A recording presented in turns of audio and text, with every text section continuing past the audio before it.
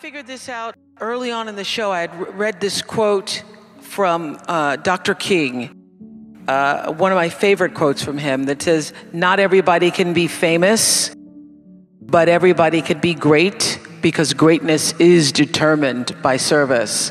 And I literally shifted, I used that quote to help me shift the way I saw the platform of television. Instead of like, oh, I'm on TV, how do I use that platform as a platform of service Amen. Is what I did. Yeah. Yeah, we know. And you did that pretty well, too. But when you think about growing and being empowered yourself, it is what you've been able to do for other people that leaves you the fullest. I always feel that until you take your last breath, you're always growing. And that every experience that you encounter in your life, just all of you being together here today, and being in a room with people who are like-minded, who share the same vision, all of that is so stimulating. You leave here and you feel like you can be better and do better. One of the things I tried to do all those years on the Oprah show, sometimes people would criticize me because they felt that I didn't do enough for race or racism. But this is what I always understood, that for me, my role and my goal in life is to open people's hearts. That's what I do, is I try to tell stories that allow people to see themselves in the lives of other people. And for me, it was always more powerful and effective to do a show, for example, on single parents raising their children, and just on the panel of parents, to have a Black father, and to show the photographs or images of that father putting his child to bed and reading a story at night. That to me is more powerful than doing a story on, let's talk about fathers, Black fathers who are raising their children. Because goal for me is to show that we are all more alike than different, and that in our humanity, in our ability to express our humanness, we are the same. So when you see a father putting his child to bed at night and reading stories, and that man is Black, and you know that's what your husband does and that's what you do, you feel a sense of connection and humanity. You know, I didn't want to be punch drunk in the ring, still trying to come up with what is the next thing, because over the years, we became our own greatest competition. So when I first started, went national in 1986, every time there'd be another talk show, I'd be, oh, Geraldo Rivera, oh, what are we gonna do? And then I realized a couple of years in that you run your own race better than anybody. If you take the time to see what everybody else is doing, you lose your ground. And that I could be a better me than I could be anybody else. And so no need of trying to compare myself to other people. Most embarrassing moment was when I told this on The Tonight Show once, so if you've heard it, or you didn't hear it on The Tonight Show? You missed Jay that night. My most embarrassing night, when the World Soccer Cup thing came here, Dean? World Cup Soccer opened here in was that 94? Okay, World Cup Soccer. I am asked to introduce, I am the MC for the World Cup Soccer, okay? And I am coming out, and I'd rehearsed the day before, and I'd said to them, you guys have this plastic covering the stage that is the same color as the stage. So you guys really need to change that. They did not.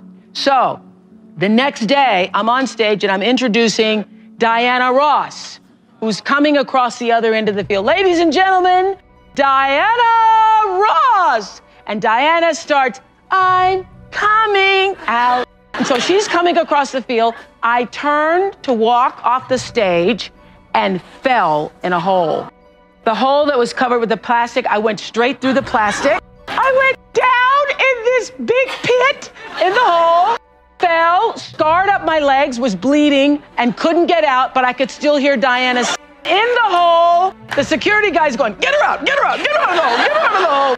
So 4 guys, they pick me up like this, Fred Engel, and carry me out of the hole, I'm bleeding, I go to the other side, they bandage my legs, and I limp back up, and I say, that was Diana Ross! Your number one job is to become more of yourself. They think that success is supposed to happen like that. Become so skilled, so vigilant, so flat out fantastic at what you do that your talent cannot be dismissed. So it is my intention to fulfill the dream of the Creator. It is my intention to live to the highest calling and be pressed to the mark of the highest calling that I have come to do. And when you can ask the Creator, ask that which made you you, what is your dream for me? I guarantee you, instead of you trying to define the dream, what is your dream for me? If you're able to lean into the dream that the universe and all the forces of light and love and power and grace by all the names that we call God has for you, nobody can touch you. Nobody can touch you.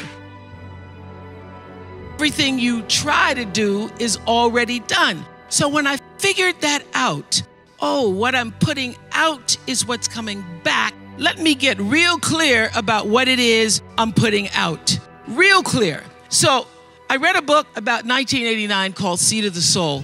And in that book, Gary Zukav talked about the laws of karma, of the laws of cause and effect, the third law of motion.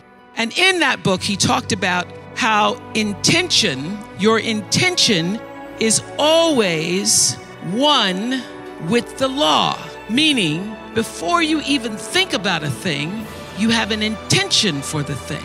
And that the intention is going to determine the outcome.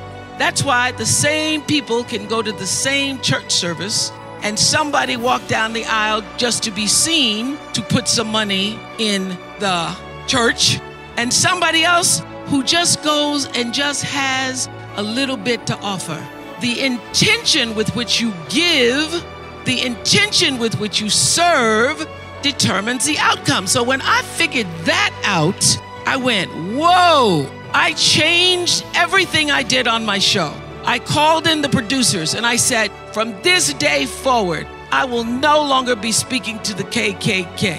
I will no longer be speaking to people who are fighting each other in a way that it is damaging to the character of myself and other people who watch. From this day forward, I am only going to do intentional television. Every single day, I would have a pre-show meeting and have the producers come in and state to me, what is your intention?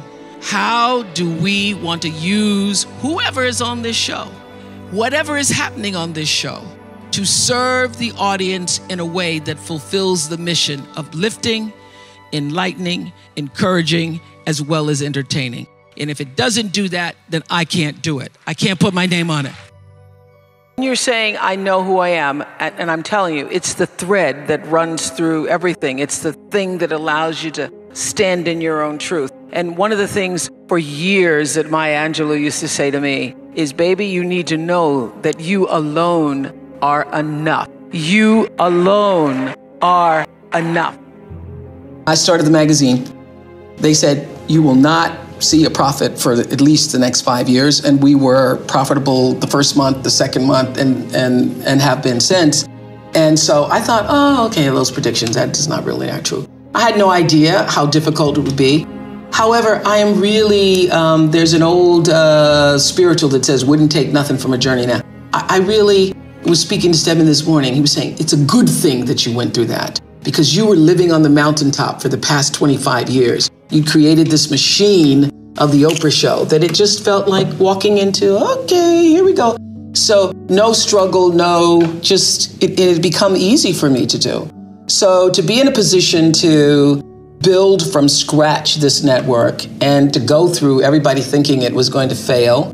And there were days when I had doubts myself, like I had to force myself to actually practice what I have preached for years about going inside, staying with the vision, having every step move you in the direction of the vision and trusting that, building the right team. One of the things I started to get around, mid to late 90s, is that everybody that I had on the show, at the end of the show, would say something to me like, was that okay? Was that okay? How was that? Was that okay? At the end of the interview.